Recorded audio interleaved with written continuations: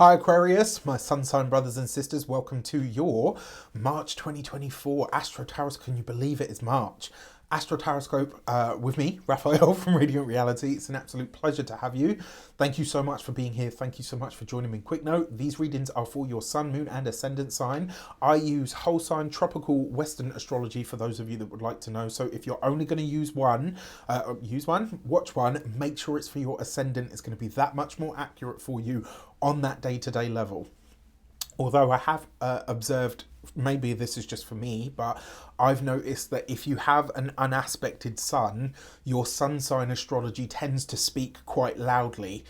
Because I've noticed a lot for myself personally, a lot of Aquarius stuff really hits home for me, which shouldn't be the case because that's not my ascendant sign. So I have a tingling that that is what it's about. Anyway, with that said, if you are, before we start, as always, I would like to bless my decks of cards with all forms of love, light, peace, prosperity and abundance. And I pray that the messages that come through are ultimately clear and concise. They help you on your path to your highest vibrational good.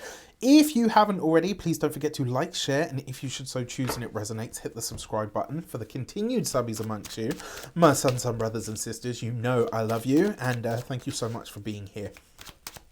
The first transit that I want to look at for you is on the 8th of March. Also worth mentioning, if ever I don't say the degree that the transit is happening at or the day, or I get the day wrong or whatever, you'll see all of that stuff in the description box below. I always write it in there. Okay, so on the 8th of March, so Mars, which is in our sign currently, in the sign of Aquarius, is going to square Uranus, the modern ruler of Aquarius, right? So Mars is in our sign.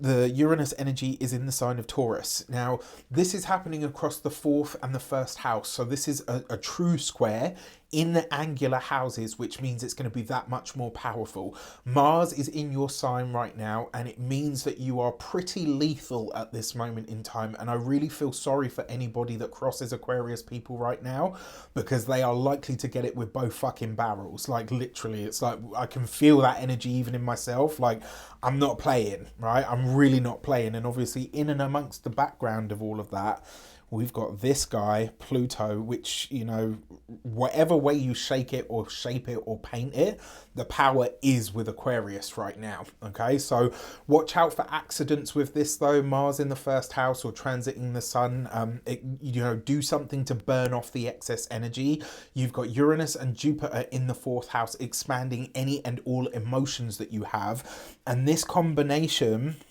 because Jupiter is in Taurus as well, this combination is Mars, Uranus. This is what happens when an unstoppable force meets an immovable object. It's potentially quite explosive, which means this could be around a family member or a situation that, you know, maybe you come into a clash with one of them. Mars for you rules your communications and siblings, and it also rules your career. So those two things could be squaring off at the same time, which means as a theme, this is likely to be the final part of a story that begun with those eclipses way back in, we finished with the eclipses in Taurus and Scorpio last year. So whatever was happening for you throughout that saga, this I actually think is where you're going to see the final sort of showdown, if you like, of whatever that is, right? And because it's a square, you won't have this experience again. You'll be making damn sure of that, right? So for this, you've got the Death card, endings, completions, culminations. You've got the Knight of Cups, okay, and you've got the Judgment card. Judgment card is Pluto. So there is definitely an ending, a completion, a culmination, touch wood. It could be a passing over of, somebody that we can consider like an elderly person. But another way that this could also show up, because the 1st house is you, your body, your outlook. The 4th house is your emotional outlook. This could be that at this time you are starting to really consider not only how you feel, but it's almost like you're putting yourself first for a change. And by doing this, it's almost like you're not even drawing a battle line, but you are drawing a boundary. And life itself, I'm going to say this, whatever plans you had up until now for your living situation, for your home situation, for your body, for all of that stuff is likely to be subject for change, and it will be starting here. All right, so I don't say that lightly. It doesn't have to be awful, but remember, a square is enough tension to piss you off to say, okay, you know what, I'm not having this experience again. So you'll do something about it in a very proactive sort of way. Now, on the 14th of the month, the moon is going to conjunct Uranus, so potentially explosive or shocking feelings, right? Or surprise feelings, free feelings in some way. Maybe something that you've been holding on to at an emotional level. You feel like, you know what, yeah, I think I'm ready to divulge this now, or I feel like I'm ready to talk about it that much more. With Jupiter, again, all of this in the fourth house of home, family. The moon for you rules the sixth house, right? Sixth house is your body, your day-to-day routines and habits, and it's in the fourth house. So there could be some shifts or changes that are coming into the home at this time. There's a family member here as well. There's a family matter here that potentially feels quite big in some way, shape, or form. And Jupiter obviously rules your friendships, and it also rules your money. So there's some kind of financial, because obviously the moon is involved, so this could have something to do with a mother, and obviously this is, Jupiter ruling your second house of resources as well. There's potentially something here going on around money, finances, the home, and or the living situation. The moon is exalted here, which adds a layer of protection. Well, maybe not protection, but it does add a layer of sort of ease to this whole thing. For this, you've got the Two of Pentacles, so there are considerations about money, finances, and resources. The Queen of Wands, a fire sign woman, maybe a conversation that you're having with her. And then you've got the World card, right? So the World card tends to represent completions, culminations, stepping onto new plateaus. You had the Judgment card before, which is the clearing of the decks, and then the World card comes next when you step into your mastery. So it's like whatever conversations you're having around money, this could be with a fire sign woman, Aries, Leo, Sagittarius. You could be talking about budgets. You could even be talking about what's going to happen with home, property, family, estate. All of that kind of stuff could be coming up for you at this time as well. So there's a really interesting set of energies for sure, and I'll be intrigued to see how it plays out, because the World card tends to show up as older people, elderly. With the Queen of Wands, that's likely to be an older fire sign woman that you're having a big sort of conversation about. Then on the 17th of the month, the Sun is going to conjunct Neptune in your second house. So this is a really interesting, because it's happening in Pisces. Pisces for you occupies your second house. The Sun rules Leo, right? And so Leo for you represents your relationships. And these two connections, Neptune rules your money. This is a conjunction. It's going to show you what the truth of your beliefs are around money, around finances, around self-worth. And this, because it's Neptune in Pisces, this will probably come with tears, right? How you value yourself, how you see your self-worth, your self-esteem. There's something here that you are learning through a relationship, through a partnership, a collaboration, or a connection. Now, the seventh house isn't just intimate partners, it's personal, professional, and platonic. So, and these two coming together, it's like some kind of financial or even self-esteem matter comes to the fore. And what's really interesting about it is, like, I feel like you'll have a powerful realization when you receive a blessing of some sort on a financial level. Right now, if you are single, you could meet someone at this time who just absolutely, like, you could just be so enamored in some way.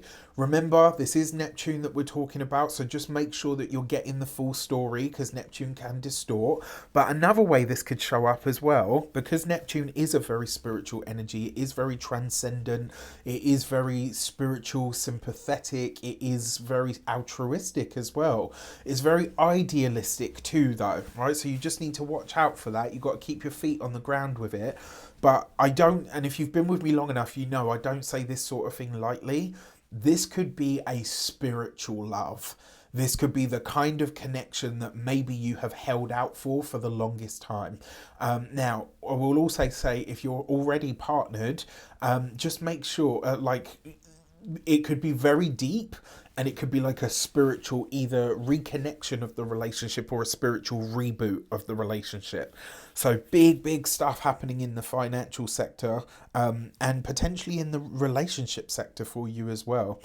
I actually like this. I know a lot of people are going to be trash talking this transit, but personally I think it will be wonderful. Then the sun will move into Aries, and then on the 21st of the month, Saturn and Venus will come into a conjunction. So you've got a bigger pile up again, like this triple stellium now, of energies in your second house of money, finances, and resources. Venus rules your fourth house, right? So Venus is the fourth house ruler for you, and it rules your home, property, family. Ninth house, it also, because it also rules Libra, which is your ninth house. It can be so, and then Saturn ruling your 12th house, Capricorn, and your first house of you. This is a lot of energy, right? Like, and it's like coming together in your second house. There's a sweetening element to your resources. Some kind of, again, financial blessing shows up for you, or the hardship that Saturn's been putting you through financially maybe eases up for the time that Venus is moving through the second house, because she's smoothing the edges of Saturn, saying, look, you know, this is kind of like, you know, when your dad's giving you a really hard time, and then your mum comes over and says, okay, look, you know, you've given them, you've ridden them enough, give them a break, right? I mean, I never had that experience, but it is what it is.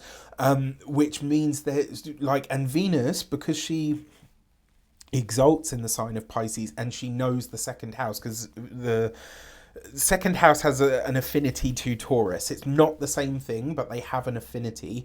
And so these two like things give Venus double dignity. So she's softening that, sorry, I got a bloody itchy nose thing going on. She's softening the blow of whatever Saturn is kind of bringing here.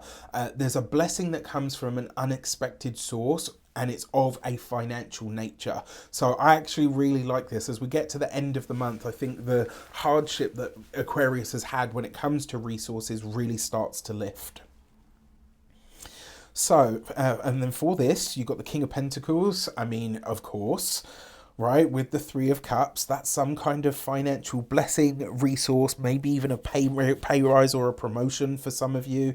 And then you've got the King of Swords. So two kings represents minor council. So I wouldn't be surprised if this is either an offer, a gift of some sort, maybe somebody gives you a gift, or if it's not literally money that they give you, maybe it's an opportunity to make more money in some regard. And with the Three of Cups, it does suggest it'll come through either a friend or you know, certainly somebody that you're already acquainted with in some regard.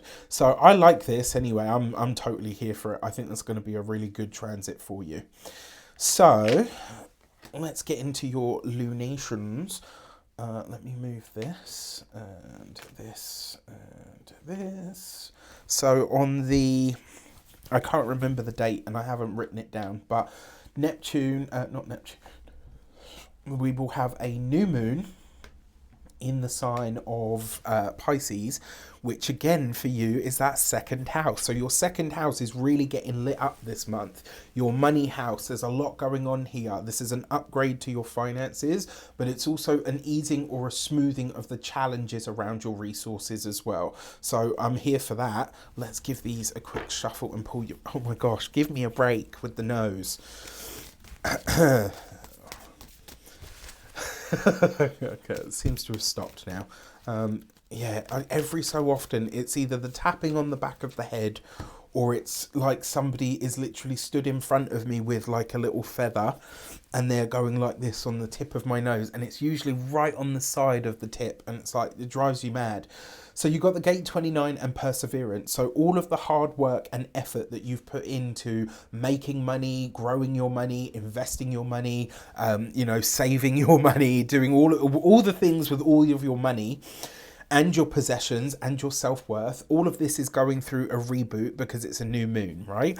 But that gate 29 perseverance card basically says that the hard work is about to pay off and you only have a little while to go, but you do still have a way to go. All right, so hang on in there, my dear Aquarian brothers and sisters.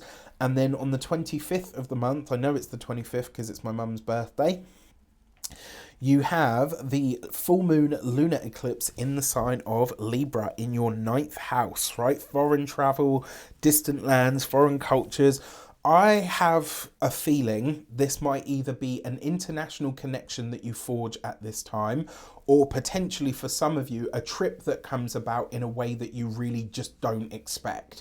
It's like, fuck, you know what, this is happening, right? Like it just kind of comes out of the blue. Or maybe, just maybe, also very possible, you lose your shit and you just say, you know what, fuck it, I'm booking a holiday, I'm going. Right? Like it could be all of the above. Remember, the 9th house also represents grandparents as well, so just keep that in mind. It doesn't have to be that a grandparent dies or passes, but it could be that one of them is a prominent feature on or around this eclipse. And the 9th house also represents legal matters and proceedings, as well as like social media and like, you know, books and publishing and stuff. And for this, you've got the gate 15 and humanity. This is the Achilles heel of the Aquarius, right? We can be cold as fuck when we need to be. We can, you know, be the king or the queen of swords when we need to be. But then when we have, you know, at the base level of all of this, our Achilles heel is that we really do care a lot, which is one of the reasons that we are the water carrier, right? We're not Pisces. We're not Capricorn, we're an amalgamation of both. And so we have the hardness, but we also have the heart. And the fact that we're carrying the emotions, it means that we carry the emotions of the world on our backs, which is why we are able to detach from them, because we recognize that sometimes that's what you need to do. This full moon is not only going to bring you back to your humanity, but I think it's really going to kick you in the heart space. And I think you will be really in the feels at this time. So just keep that as a consideration. All right. With that said, I wish you an abundance of all of that good stuff. I completely forgot to mention that All About the Court Cards course is up and out there for your purchasing pleasure. You can get that on the link in the description box below. It is a self-paced self-study. Do it in your own time, short, digestible content. It's fun, it's engaging. It's got multiple different levels and layers, so you can really dig into reading those court cards and seeing who and how they might show up, not just for you, but in all of the readings that you do moving forward. So if you want to get that, you can get it on the link in the description box below. With that said, let me know in the comments how it shapes up. Take care, and I'll see you soon.